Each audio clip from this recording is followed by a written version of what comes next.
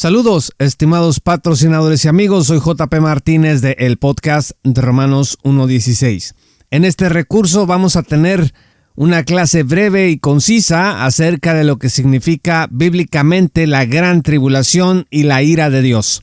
Vamos a analizar el por qué no es correcto dividir la tribulación futura de el día de la ira de Dios.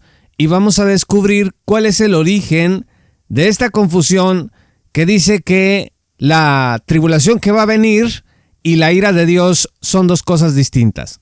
Y me interesa hablar sobre esto porque recientemente dos usuarios, Moore y Walters, se unieron en redes sociales para responder a uno de mis videos sobre el mito de los 1800. En su video no mencionan mi nombre, pero evidentemente se fueron convocados con motivo de mi respuesta. En este video que pueden ver en nuestra página, yo cité a 8 autores para demostrar que el pensamiento de un rapto antes de la tribulación fue una idea presente antes de 1800 y que decir que nunca nadie antes de esa fecha creyó en eso es una declaración sin fundamento alguno, es una declaración atrevida y no tiene rigor histórico. Yo hice un video de 8 minutos 53 segundos. Estos usuarios, Moore y Walter, se reunieron y grabaron casi 1 hora y media para responderme, y sin embargo solo se detuvieron en Ireneo y omitieron todo lo demás que yo puse sobre la mesa, es decir, se ocuparon del 10% de mi contenido. Sugirieron además que yo no fui a las fuentes primarias y compararon el abandono del rapto pretribulacional con la salida de la secta de raíces hebreas y del catolicismo romano. Yo en Patreon compartí un artículo dando más detalles sobre ese video que me dedicaron, pero además allí mismo anuncié que la única cosa que merecía mi atención de esa respuesta era su extraña enseñanza de que la gran tribulación y el día de la ira de Dios son dos cosas diferentes. Y de esto me voy a ocupar en los siguientes minutos. Primero quiero que escuchemos el argumento de estos dos usuarios de que la gran tribulación no es la ira de Dios.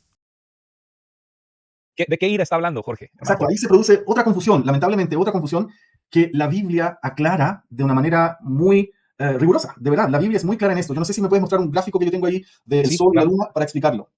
Existe una confusión lamentable entre la gran tribulación y la ira de Dios. Pero si tú comienzas a leer los textos que hablan sobre la ira de Dios, te vas a dar cuenta que siempre la ira de Dios aparece después de las señales que se dan en el sol y en la luna. Entonces, Hechos 2:20 dice esto, lo dice Joel 2:31, que antes de que venga el día de la ira de Dios o el día del Señor, el sol se oscurecerá, la luna no dará su resplandor. Lo cita el apóstol Pablo en Hechos 2:20, y ahora también voy a aprovechar de leerlo aquí para citarlo de manera más literal. El sol se convertirá en tinieblas y la luna en sangre antes que venga el día grande y glorioso del Señor. Entonces, ¿cuándo se convierte el sol en tinieblas y la luna en sangre? Antes que venga el día grande y glorioso del Señor, y todos estamos de acuerdo que el día grande y glorioso del Señor es el día de la ira de Dios, tal cual como lo dice Joel 2:31. Joel 2:31 lo dice de la siguiente manera: el sol se convertirá en tinieblas y la luna en sangre antes que venga el día del Señor grande y terrible. Todos estamos de acuerdo en que se está refiriendo al día de la ira de Dios. Si vemos ahí en la imagen, en esa imagen que tenemos también, Apocalipsis capítulo 6, versículo 12 al 17, está hablando de lo mismo, que después de esas señales, después de que el sol se oscurece, la luna se convierte en sangre, las estrellas caen del cielo, después de eso, la gente dice en la tierra, ha llegado el día de la ira de ellos, la ira del que está sentado en el trono y la ira del Cordero. Entonces, si ahora tú tomando todo eso, vas a las palabras de Jesús en Mateo 24, 29 al 30, dice lo siguiente. Mateo 24, 29 al 30 dice, el Señor Jesús hablando, inmediatamente después de la tribulación de esos días. Él acaba de estar hablando de la gran tribulación en Mateo 24, y luego haciendo referencia a la misma tribulación, dice, inmediatamente después de la tribulación de esos días, el sol se oscurecerá, la luna no dará su luz, las estrellas caerán del cielo y las potencias del cielo serán sacudidas. Entonces aparecerá en el cielo la señal del Hijo del Hombre, y entonces todas las tribus de la tierra harán duelo y verán al Hijo del Hombre que viene sobre las nubes del cielo con poder y gran gloria. ¿Te das cuenta que la tribulación, la gran tribulación de la que habló Jesús, sucede en sus propias palabras, en las propias palabras de Jesús, sucede antes de estas señales en el sol y en la luna? Antes de esas señales. Por lo tanto, ¿qué quiere decir esto? Que no pueden ser lo mismo. La gran tribulación de la que la Biblia nos da testimonio, tanto en el libro de Daniel como en los evangelios, como también se menciona en el Apocalipsis, la gran tribulación no es lo mismo que la ira de Dios. No es lo mismo. La gran tribulación tiene relación con una persecución malvada, una expresión máxima de la maldad de la tierra, y la ira de Dios tiene que ver con la manifestación de la ira que viene de Dios, no de la persecución que ejerce el anticristo o el personaje malvado, el hombre de pecado. Esa es una gran diferencia. En pocas palabras, según estos usuarios, la gran tribulación es la ira del anticristo, no es la ira de Dios, y el fundamento de la distinción entre una cosa y otra es que las señales del sol y la luna advierten el término de la ira del anticristo y luego el inicio de la ira de Dios. Esta posición tiene grandes problemas que hay que revisar. En primer lugar, esto coloca a la iglesia cristiana dentro de la semana 70 de Daniel. Estos usuarios creen que la iglesia es Israel. Daniel 9, verso 27 dice: 70 semanas están determinadas sobre tu pueblo y sobre tu santa ciudad. Según Moore y Walters, esta profecía también se refiere a nosotros, la iglesia. Cuando Daniel dice tu pueblo, se refiere a la comunidad cristiana de todos los tiempos, y cuando dice tu santa ciudad, no se refiere propiamente a Jerusalén, la ciudad de los judíos, sino a algo que le pertenece a la iglesia. Este, estimados amigos, es un clásico caso de supersesionismo o teología del reemplazo presente dentro del así llamado premilenialismo histórico. Es probable que Moore y Walters se consideren a sí mismos israelitas espirituales.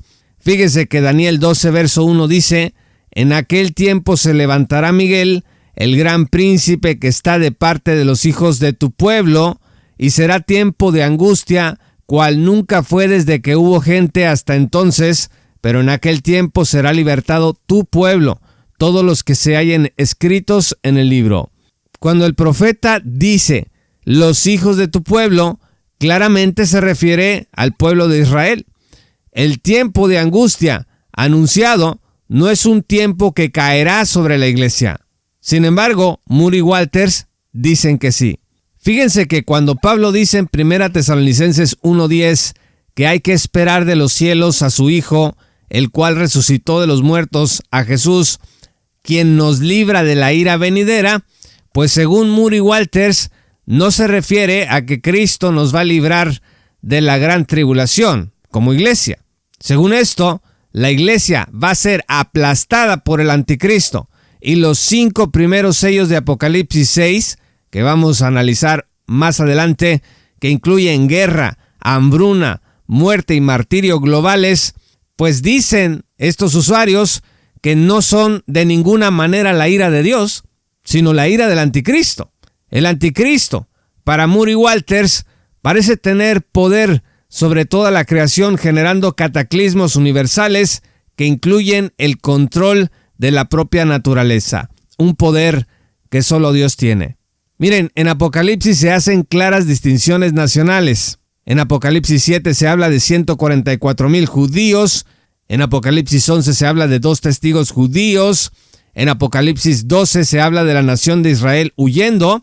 Cuando Pablo habla de la era de la iglesia, dice que ya no hay distinciones nacionales, y sin embargo, cuando Apocalipsis habla de los acontecimientos que van a venir, hace distinciones nacionales.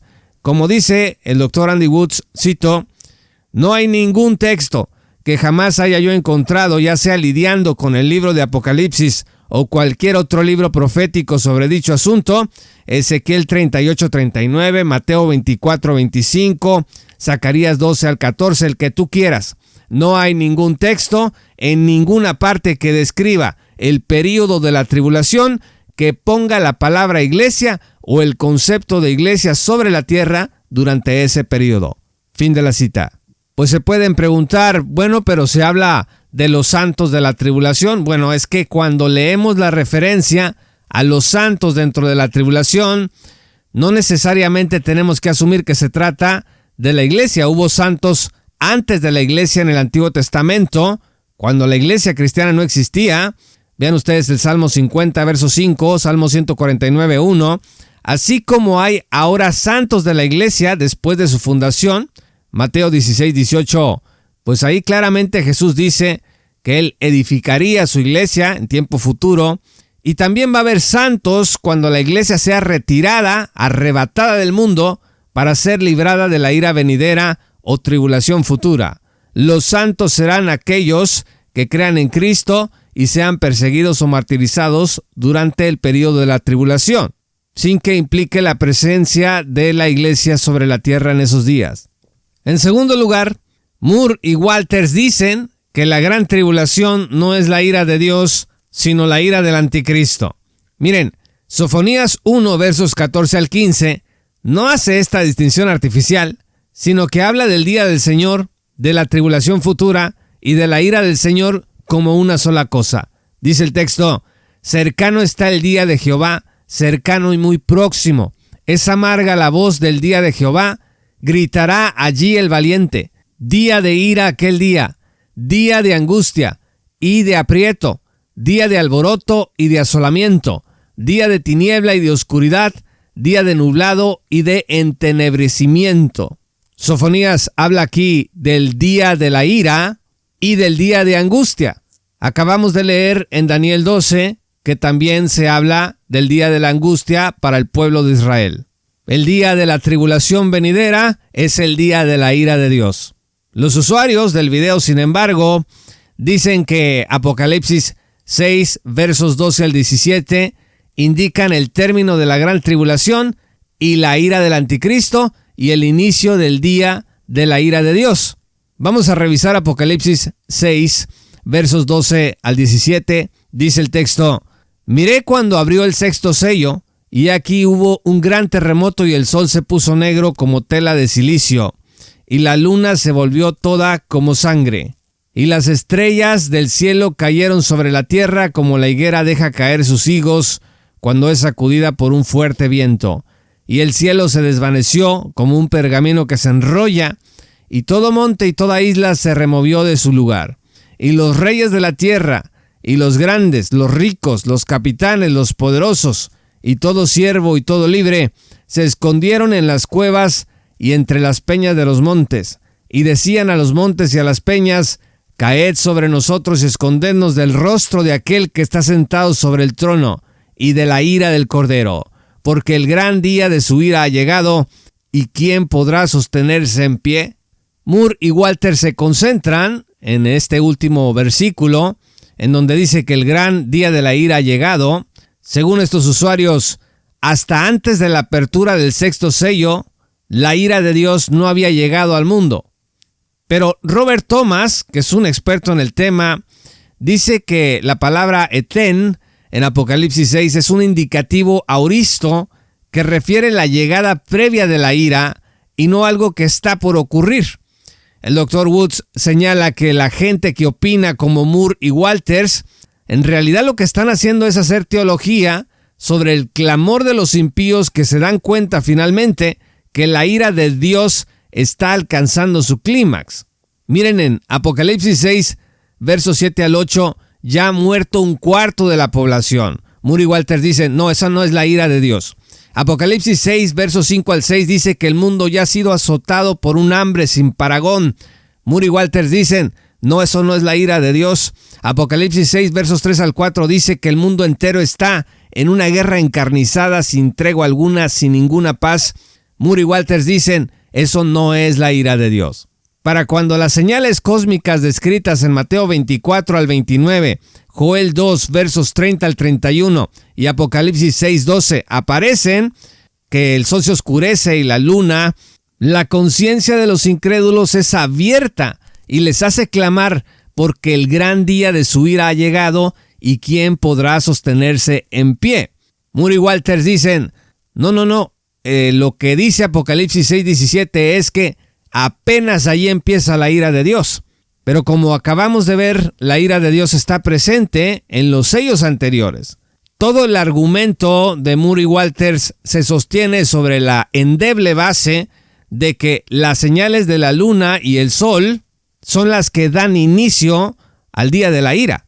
Están leyendo el clamor de los incrédulos, la toma de conciencia de los incrédulos como un punto de inicio, sin más evidencia que la palabra antes que aparece allí en Apocalipsis 6, 17. Quiero que escuchen esta cita del Dr. John Walvoord acerca del día del Señor o la gran tribulación venidera y su relación con las señales cósmicas descritas en Joel. El Dr. Walvoord dice lo siguiente, cito: probablemente la imagen más gráfica se encuentra en el libro de Joel, la mayor parte de la cual está dedicada a describir el día del Señor. se incluye la famosa profecía sobre el derramamiento del Espíritu, citada en Hechos 2, versos 17 al 21, que ocurrió en el día de Pentecostés, pero que tendrá su cumplimiento completo en los días previos a la segunda venida de Cristo. Los juicios de Dios vertidos sobre la tierra, así como las perturbaciones en el cielo, son descritos gráficamente por Joel. Habrá grandes señales en los cielos que se detallan más en el libro de Apocalipsis. Mostraré maravillas en los cielos y en la tierra, sangre, fuego y columnas de humo. El sol se convertirá en tinieblas y la luna en sangre antes de la venida del grande y terrible día del Señor. Dice Joel 2, versos 30 al 31. Lo que se quiere decir, escucha esto, lo que se quiere decir aquí no es que el día del Señor comenzará después de estas maravillas en el cielo, sino que alcanzarán su clímax cuando el juicio sea realmente ejecutado. Fin de la cita. Se trata entonces, Apocalipsis 6:17, no del inicio de la ira de Dios y que antes no hubo ira de Dios en los sellos anteriores, sino que está alcanzando su clímax y finalmente los reyes impíos se percatan y son conscientes de este suceso. Para Murray Walters, sin embargo, la ausencia de la palabra ira antes de Apocalipsis 6 significa que la ira de Dios estuvo ausente. Pero esta es una lectura muy problemática cuando se estudian con mucho cuidado los sellos de Apocalipsis 6 a la luz del Antiguo Testamento.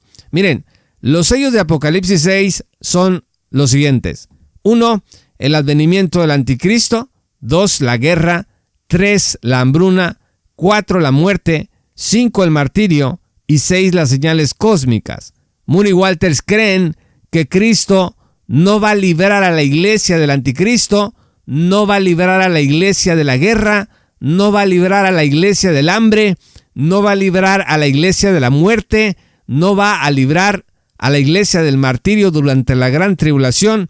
Y dice, además, estos usuarios, que todos estos juicios no son la ira de Dios, sino la ira del anticristo.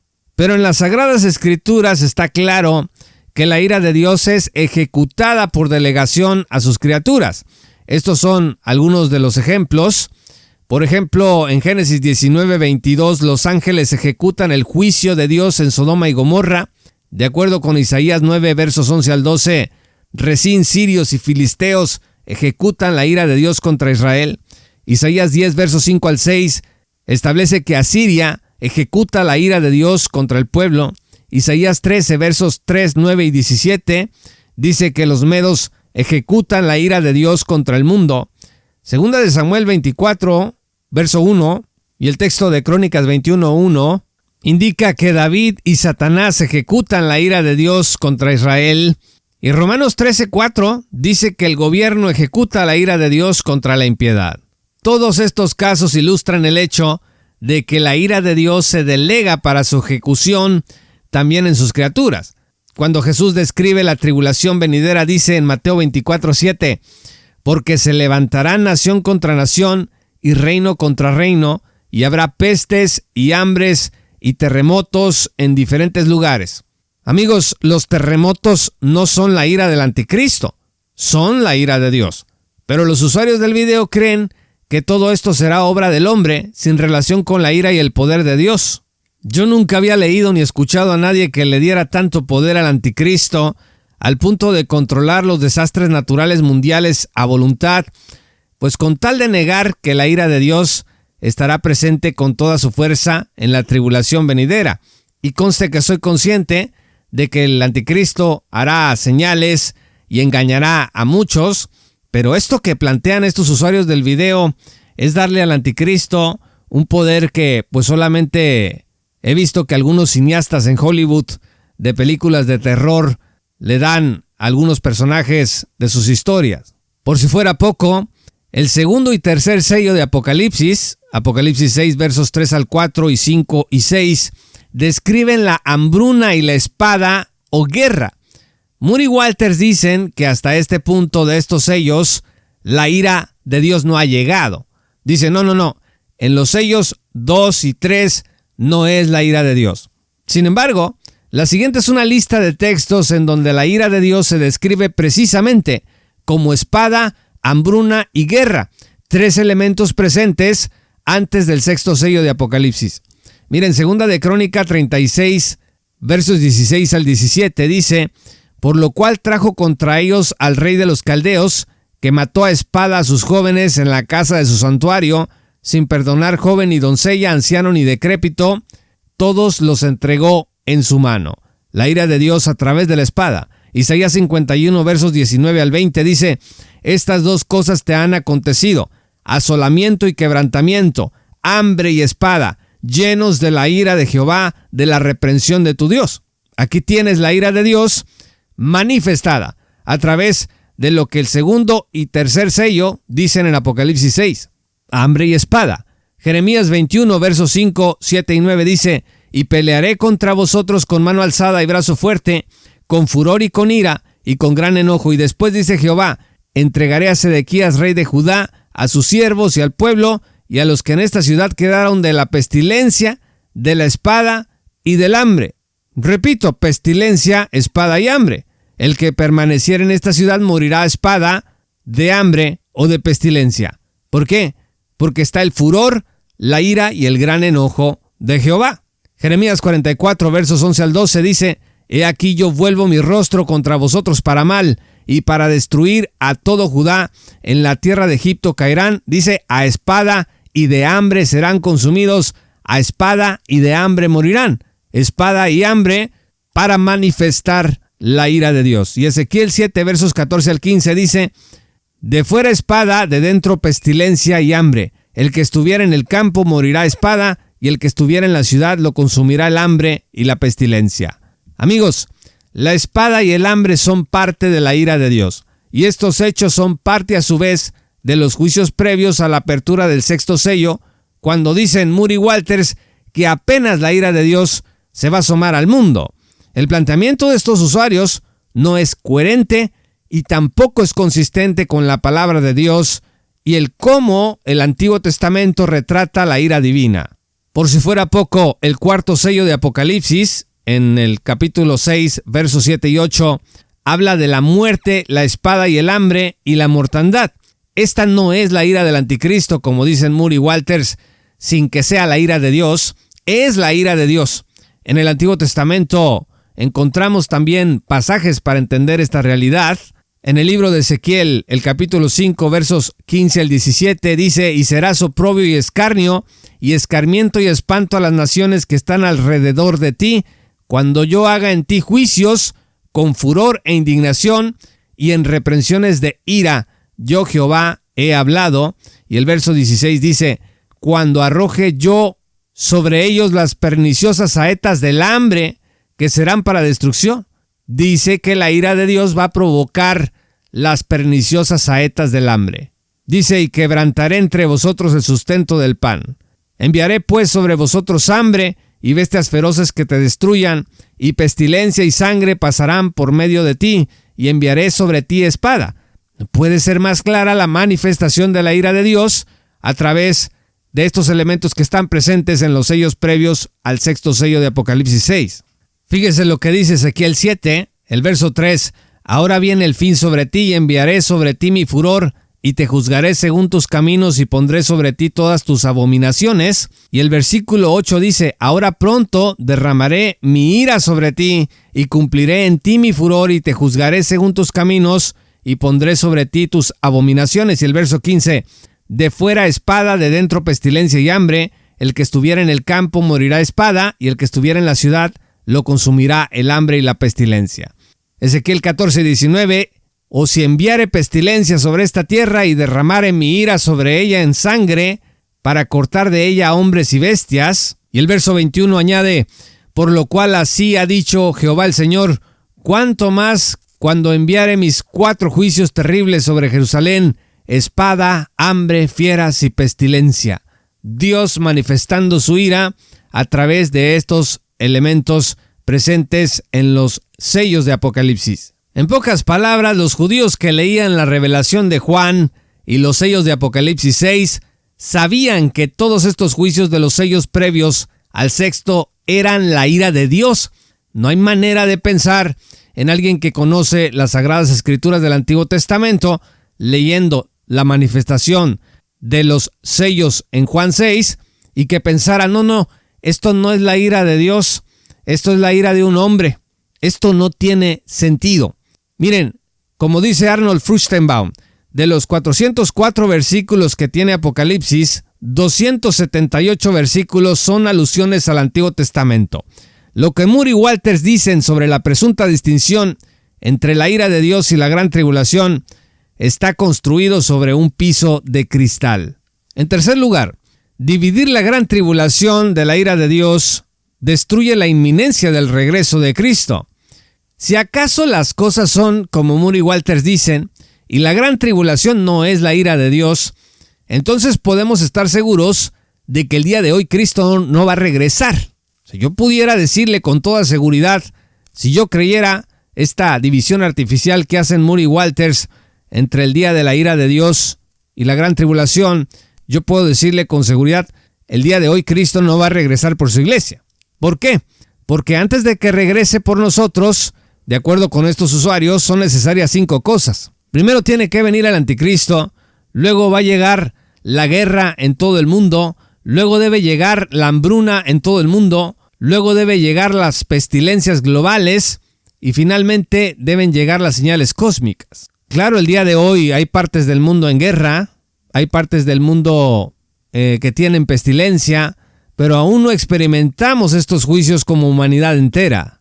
La muerte de una cuarta parte de la tierra bajo espada, guerra y pestilencia mortal con la presencia del anticristo persiguiendo a los santos, pues eso no ha ocurrido. No es evidente el día de hoy. Para Walters y Moore, Cristo no puede venir hoy, en este mismo instante, a arrebatar a su iglesia. ¿Por qué? Porque primero tienen que darse todos estos acontecimientos.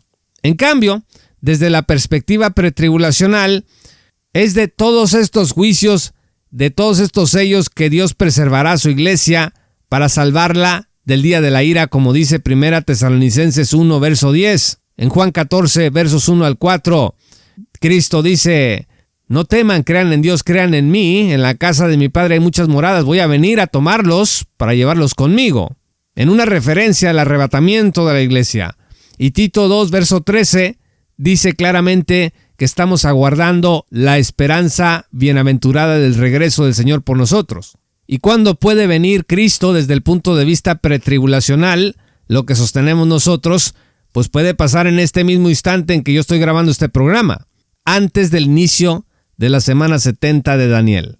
En cuarto lugar, el problema de ver el rapto de la iglesia en Mateo 24:31 no es menor. A ver, para saber si en Mateo 24:31 se está hablando del arrebatamiento de la iglesia, es necesario, primero que nada, reconocer las dos condiciones básicas y sustanciales de lo que será el arrebatamiento de acuerdo con 1 Tesalonicenses 4, versos 13 al 18. Y compara esto con 1 Corintios 15, versos 50 al 51. Tesalonicenses 4, versos 13 al 8 dice, tampoco queremos, hermanos, que ignoréis acerca de los que duermen, para que no os entristezcáis como los otros que no tienen esperanza. Porque si creemos que Jesús murió y resucitó, así también traerá Dios con Jesús a los que durmieron en él. Por lo cual os decimos esto en palabra del Señor, que nosotros que vivimos, que habremos quedado hasta la venida del Señor, no precederemos a los que durmieron. Porque el Señor mismo con voz de mando, con voz de arcángel y con trompeta de Dios, descenderá del cielo, y los muertos en Cristo resucitarán primero. Luego nosotros los que vivimos, los que hayamos quedado, seremos arrebatados juntamente con ellos en las nubes para recibir al Señor en el aire. Y así estaremos siempre con el Señor. Por tanto, alentaos los unos a los otros con estas palabras. Las dos condiciones aquí son las siguientes. 1, la resurrección de los cristianos que hayan muerto. Y 2, el arrebatamiento de los vivos en el aire. Ambos movimientos son verticales. Mateo 24:31 no describe ninguna de estas dos cosas. Mateo 24:31 es un texto acerca de la reunión de Israel para restaurarlo como nación y que entre al reino milenial. Mateo 24:31 dice, y enviará sus ángeles con gran voz de trompeta y juntarán a sus escogidos de los 4 vientos desde un extremo del cielo hasta el otro. Aquí no dice nada acerca de la resurrección de los santos de la iglesia, tampoco dice nada del arrebatamiento de los vivos en el aire, solo dice que juntará a sus escogidos en un movimiento horizontal de los 4 vientos desde un extremo del cielo hasta el otro. Lo que Mateo 24:31 describe, insisto, es la reunión de Israel al final de la gran tribulación. Woods dice, aquí Mateo 24:31 no dice que va a juntar a todos los bautistas de sus iglesias locales, a todos los presbiterianos, a los anglicanos, a los metodistas. Va a juntar a sus escogidos en referencia al pueblo de Israel. ¿Y cómo sabemos que se refiere al pueblo de Israel?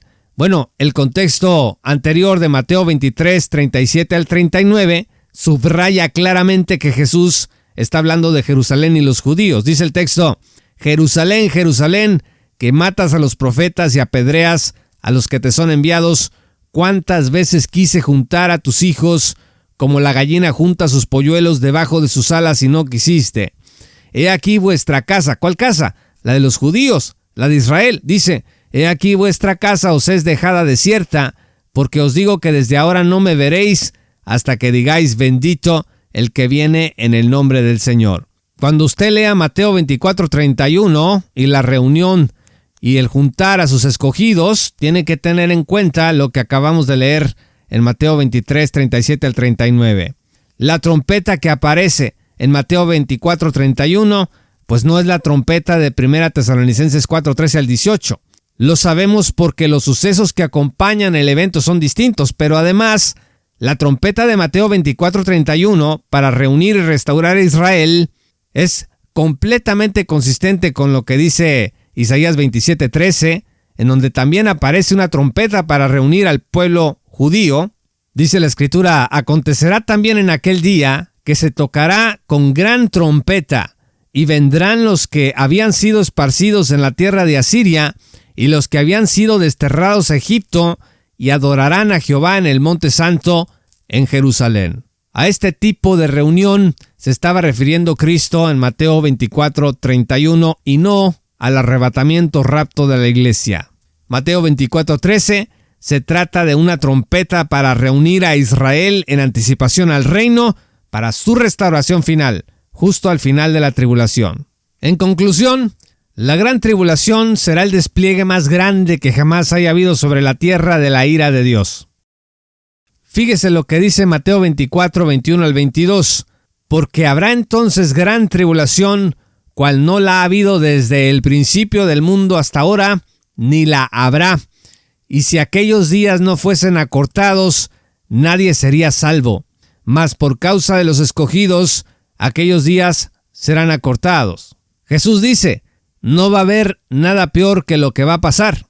Moore y Walters dicen, no, si hay algo peor, la ira de Dios, que no es este tiempo de tribulación del que Jesús está hablando. Pues eso no tiene ningún sentido, dice Jesús. Si no se acortan los días de la gran tribulación, nadie se va a salvar. La doctrina supersesionista que mira en la iglesia a la nación de Israel, a la que se dirigen Daniel y los profetas, no tiene sustento bíblico sólido. La iglesia no estará sobre la tierra para recibir la ira de Dios, porque eso nos prometió Dios como iglesia en 1 Tesalonicenses 1:10. Escuchen esto, el día de angustia para Jacob es una profecía para la nación de Israel, y en aquellos días los sellos de Apocalipsis 6 van a ver su sucesión hasta alcanzar su clímax con el reconocimiento consciente de los gobernantes incrédulos que clamarán, el día de la ira ha llegado. ¿Cómo nos escaparemos de esto? Esto también se puede sostener desde el punto de vista puramente gramatical, como lo vimos en la cita al Dr. Thomas. Atribuir los 5 primeros sellos de Apocalipsis 6 al poder, ira y control del anticristo y no a Dios es no reconocer la profunda relación que existe entre Apocalipsis y el retrato de la ira de Dios en el Antiguo Testamento. Dios, por otro lado, muchas veces delega sus juicios en sus criaturas, incluido el propio Satanás.